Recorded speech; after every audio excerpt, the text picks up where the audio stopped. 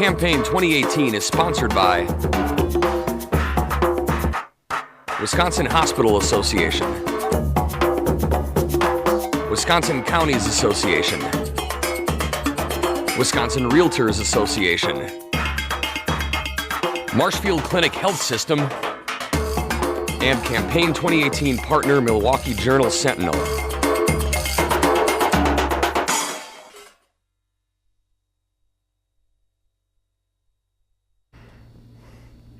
Dawn Marie Sass of Belleville is a Democratic candidate for state treasurer. The primary is August 14th.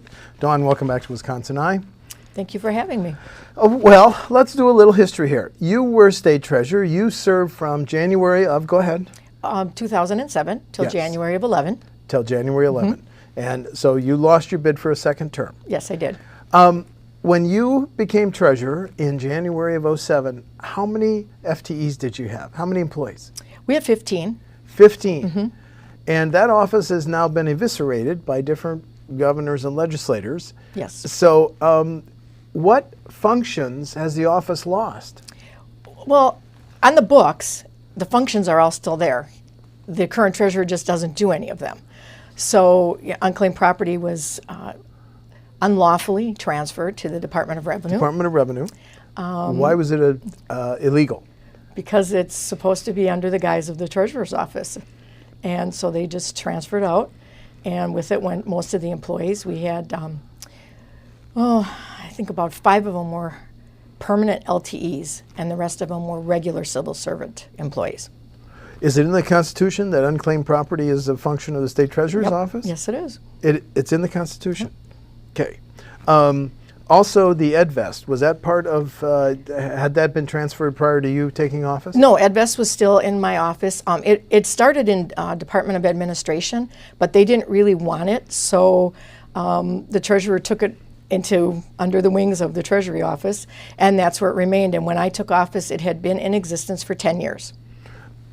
Right now, the treasurer's office, which had how many FTEs? 15? Yep. Is one, the treasurer. Right. Why do you want your old job back that has one position, only the treasurer? Well, I'm hoping to get the treasurer's duties back. I'd been in contact with Kathleen Weinhold back in March when I first announced that I was going to run. And she had introduced legislation last year to give the treasurer back the duties. So I'd been talking with her, and she's willing to work with me if I am elected to help get the treasurer's office back to what it used to be. Representative Schra, who was from outside of the Oshkosh area, he was one of the spearheads in getting the referendum on the ballot, and he also said that if the referendum was defeated, he would be one of the first people to step up and give the duties back. So, it was a job for me, and I went to work every day and did a job. Why do you think that people voted, I think, 62 to 38% to keep the state treasurer's job, even though it's one position? I think people need to know that there is somebody watching their money. The things that have gotten transferred, all the department heads are beholden to the governor. They're all appointed by the governor. Yes. So they're not going to say no if the governor asks them to do something. One of the things that former Treasurer Voigt did, that's who I beat in the 2006 election, back in 2000 when the caucus scandal took place here in Wisconsin, some of the legislators that were caught up in that wanted the taxpayers to pay their legal bills. And Treasurer Voigt, having seen that, said, no, that's not going to happen. Right now, they can do whatever they want, and there is nobody saying, no, we're not going to pay for that. Is that the reason that the two functions, unclaimed property and EdVest, were taken away? Why do you think the Treasurer's office has been downsized so dramatically over the last few decades? Oh, it's been a power grab. There's $330 million in unclaimed property, and right now the state government is, $200 million in the hole? That'd be kind of a nice price to have to pay off your debt. But we've fought, all the treasurers, I know Treasurer Voigt fought, I fought, that they could not take that money because it doesn't belong to them. It belongs to a taxpayer, not the taxpayers, but a taxpayer. They may not know they have that money, but if they ever find out that it was missing, it sure better be there for them to collect. Do you think if you get the job back, could you run the EdVest and the unclaimed property better than it's now being run by separate state agencies? Oh, definitely, definitely. They're not doing anything right now with unclaimed property.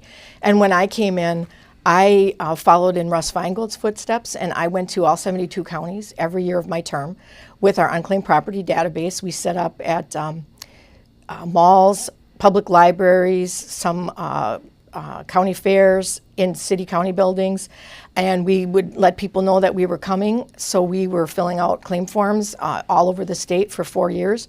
And every single year of my tenure, we broke records giving back money in unclaimed property. When I left, we had given back over $100 million.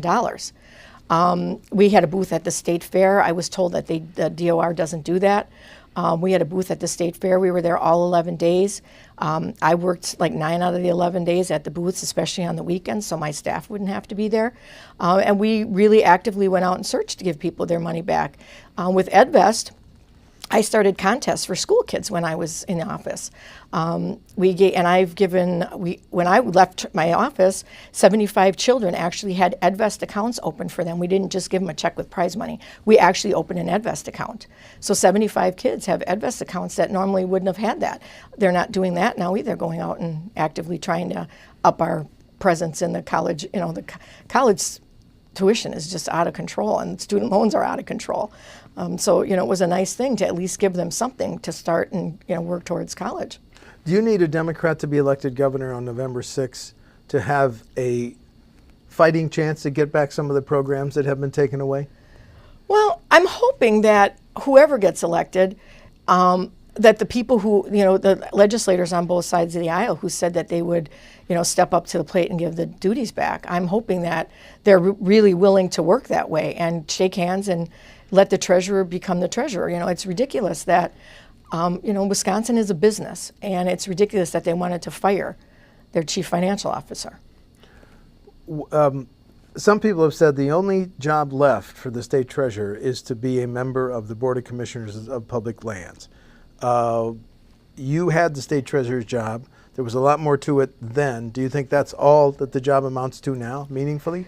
No, you know, even though they moved the programs out, the current treasurer could still be doing more and going out and actively looking for people who have unclaimed, you know, missing money. You know, he still is the face of the Treasury. So, you know, he could, you know, get the database and get one of the employees that went over to DOR and hit the road just like I did, and, you know, go set up in shopping malls or county buildings, whatever, and work towards that. He could also have kept and so could former Treasurer Schuler. He's the gentleman who beat me because he campaigned on getting rid of the office. He could have done the same thing, and they could have kept the contest for the school kids. It was a real big, you know, it was really quite embraced by all the school districts all over the state. You know, we had a video contest, and we showed the videos at one of the Board of Regents meetings. The 3 winners, and the Board of Regents said that was the best meeting they'd ever had in their lives. But these people have just chosen not to be a treasurer and sit home and collect their salary. Some candidates for state treasurer say it could be a, quote, fiscal watchdog, close quote. Would you have access to the reports and data of state government to really be a fiscal watchdog? Well, former Treasurer Voigt actually gave away cash management during his time in office. And that is Gave away or had it taken away? He gave it away. Okay. He gave it away for reasons I won't get into, but he gave it away. And DOA was happy to take it because they've got the checkbook now, and, you know, he doesn't have it. All the treasurers that I met during my term when I was at some of the NAS meetings had told me that they warned Jack not to do it because once you open the door a little bit, they'll kick it wide open. But cash management is the jewel in the treasurer's crown, and that is where you actually get to see the checks that are being written and why they're being written, and you can question them. So as long as it's over at DOA, they're not really going to be real happy to open their books and say, oh yeah, this is what, you know, this is what we paid. Well, here's why I ask. If you get your old job back as state treasurer, but Governor Scott Walker, the Republican, is reelected, when you ask DOA for this data and what check was written for what purpose, to what entity, to what vendor, is DOA obligated to give you that data? Well, seeing as how we are, the treasurer is supposed to be the keeper of the purse strings. And a constitutional officer. Yep, and that we should just be handed over whatever we ask for. That's not been the case. And prior to cash management being given to DOA, the Treasurer's Office used to put out a yearly report, a financial report, just like companies do, saying, this is the state of affairs, this is, what we're looking at, this is where our money's invested. I didn't do that in my term because I didn't have access to the checkbook.